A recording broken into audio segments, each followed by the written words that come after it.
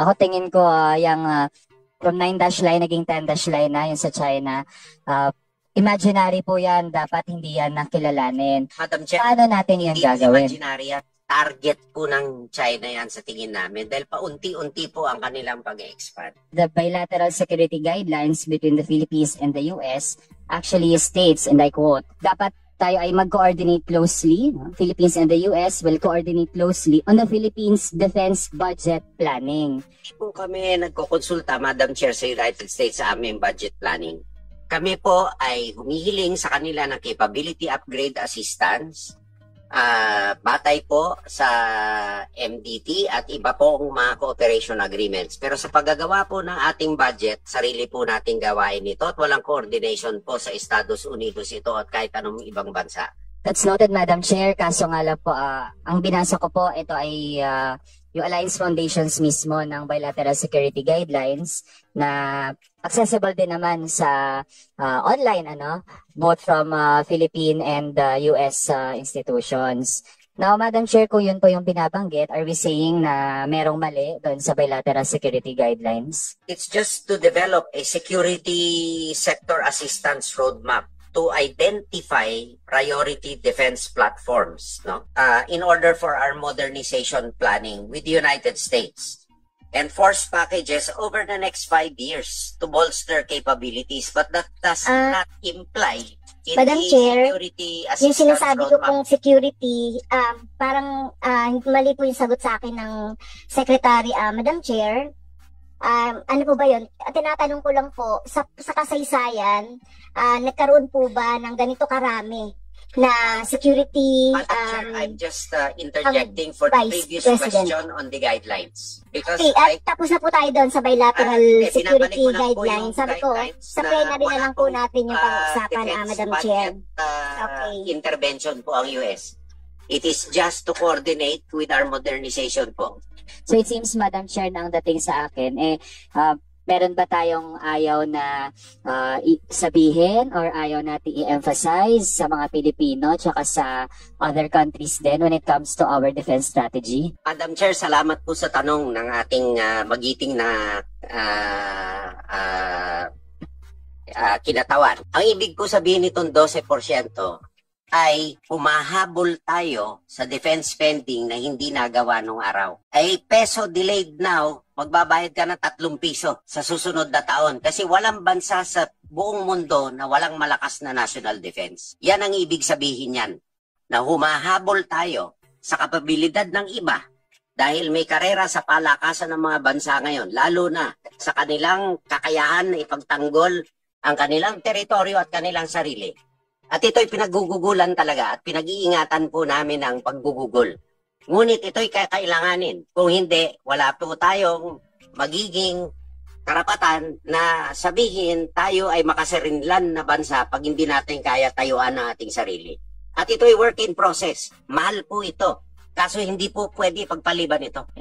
Madam Chair, if we are that serious in truly defending our sovereignty, tingin ko po it is disservice na sa budget message pa lang 1 paragraph lang yung inaalat natin dun sa usapin ng defense compared sa ibang mga topics sa national budget na actually ay mahalaga din. Now, Madam Chair, pagpapatuloy ko po on defense of our sovereignty, nandyan po ang United States, which actually ay hindi naman bahagi ng ASEAN. Hindi siya party supposedly dun sa issue sa West Philippine Sea.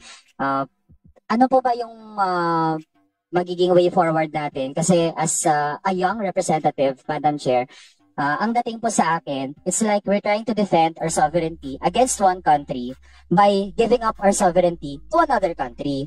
So, is it a sustainable way to defend our territory, Madam Chair? Madam Chair, salamat po sa tanong. Ang dinedepensahan po natin ay ang rules-based international order. Ang nagko-constrain ho sa mga bansa ay international law at UNCLOS. Yun po ang ginagawa natin sa mga kaalyado natin, ini-enforce natin ang UNCLOS. Ang sinasabi po ng ating mga katunggali, kino-contain natin sila. Hindi po totoo yun. At pag nagsabi ho kayo na kino-contain sila, inaamin nila na gusto nilang lumaki at manakop. mag-expand, kumupkop. Kaya tayo po ay may mutual defense treaty at may alyansa po ng iba't ibang mga bansa. Lalong-lalo na po ngayon na lumabas ang 10-dash line ng China, mas lalo hong maraming sumang-ayon sa pwesto po ng Pilipinas. Ang pag-aalyansa po ay hindi bago. Ang China rin ay nag-aalyansa sa ibang mga bansa. Sila po ay active sa kanilang alliances. At ano po ba ang nangyari? Hindi ba po ang Scarborough ay kinupkop? Kinupkop ba tayo ng Amerika? Hindi naman po eh. At ako po ay very, very cognizant na kailangan natin ng independent foreign policy. Dahil ang China po, kailangan po natin at napakalaking merkado niyan. Pero kung patas po ang laban, wala po silang inaako na teritoryo natin, di sana po wala tayong problema. Yun lang naman po ang akin. Madam Chair, tayo din naman po. Ako tingin ko yung from 9-dash line naging 10-dash line na yun sa China.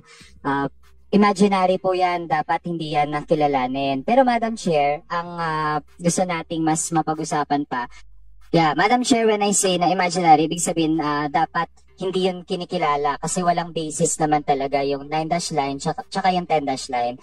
And tayo, we assert na yung West Philippine Sea, yung ating exclusive economic zone, dapat atin yan. And no made-up map by China or any other country should change that. Yun nga. Pero Madam Chair, paano natin yung gagawin? Kasi, for example, majority of Filipinos gusto na bang ma-defend yung West Philippine Sea through diplomacy or peaceful means. Hindi po yung nagwa-warmongering tayo sa Asia Pacific or sa West Philippine Sea. Also, Madam Chair, Presidential Envoy to China, Teddy Boyo Locsin Jr., said the Philippines has no plans of going to war with China.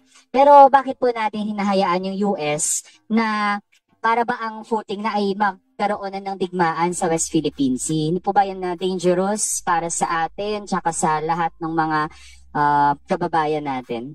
Hindi po ganun ang aking pananaw. Sino ba ho nagwa-water cannon? US ba po o China? Sino ang nasa war footing? Tayo ho ba o sila? Sa akin po malayo po at ayoko pong magkagera. Ngunit, ang diplomasya po, pag hindi natin binakapan ng katatagan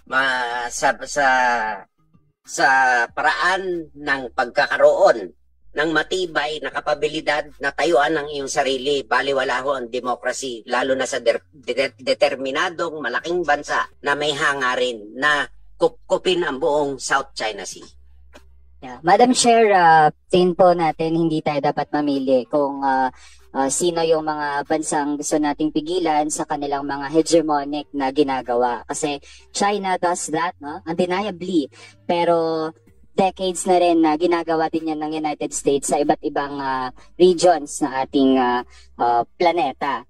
Kaya Madam Chair, ito ang kasaltong questions. Hindi ginagawa sa Pilipinas yun. Madam Chair, I think mismo yung bilateral security guidelines shows na sila pwedeng makialam sa atin pero tayo hindi naman natin yun magagawa. No? So it's not even bilateral or fair. Kaya Madam Chair, ang kasunod ko pang questions ay sa AFP. I'd like to address this to AFP. Who is our resource person from AFP? Madam Chair, Your Honor, I am General Romeo Browner, the Chief of Staff. Yes. Madam Chair, with due indulgence, may I request the source of the bilateral security guidelines so we can review where it comes from and what document it is. Madam Chair, ito po yung isa sa mga naging output ng pagpunta ng Pangulo sa United States mismo. At ito ay nakatuntong din sa VFK, sa VFA, sa EDCA, tsaka sa MDT. So isa yung major document which I hope the DND should have well studied. Kasi nga, isa yan sa mga nagpapatatag ng alliance natin, quote-unquote, with the United States. Thank you, Your Honor. We will find out the existence of that document and we will review it. Okay. Madam Chair, sa AFP po, ito para madali na lang po, you can confirm or deny. AFP is still for mandatory ROTC. Gentle reminder for Rep. Manuel, please wind up. Yes, Madam Chair. Yes or no na lang po since patapos na yung time ko. AFP. Your Honor, we are depending, Your Honor, on the bill that will come out, the law. But as far as we are concerned, we are ready to implement the mandatory ROTC. Madam Chair, Your Honor.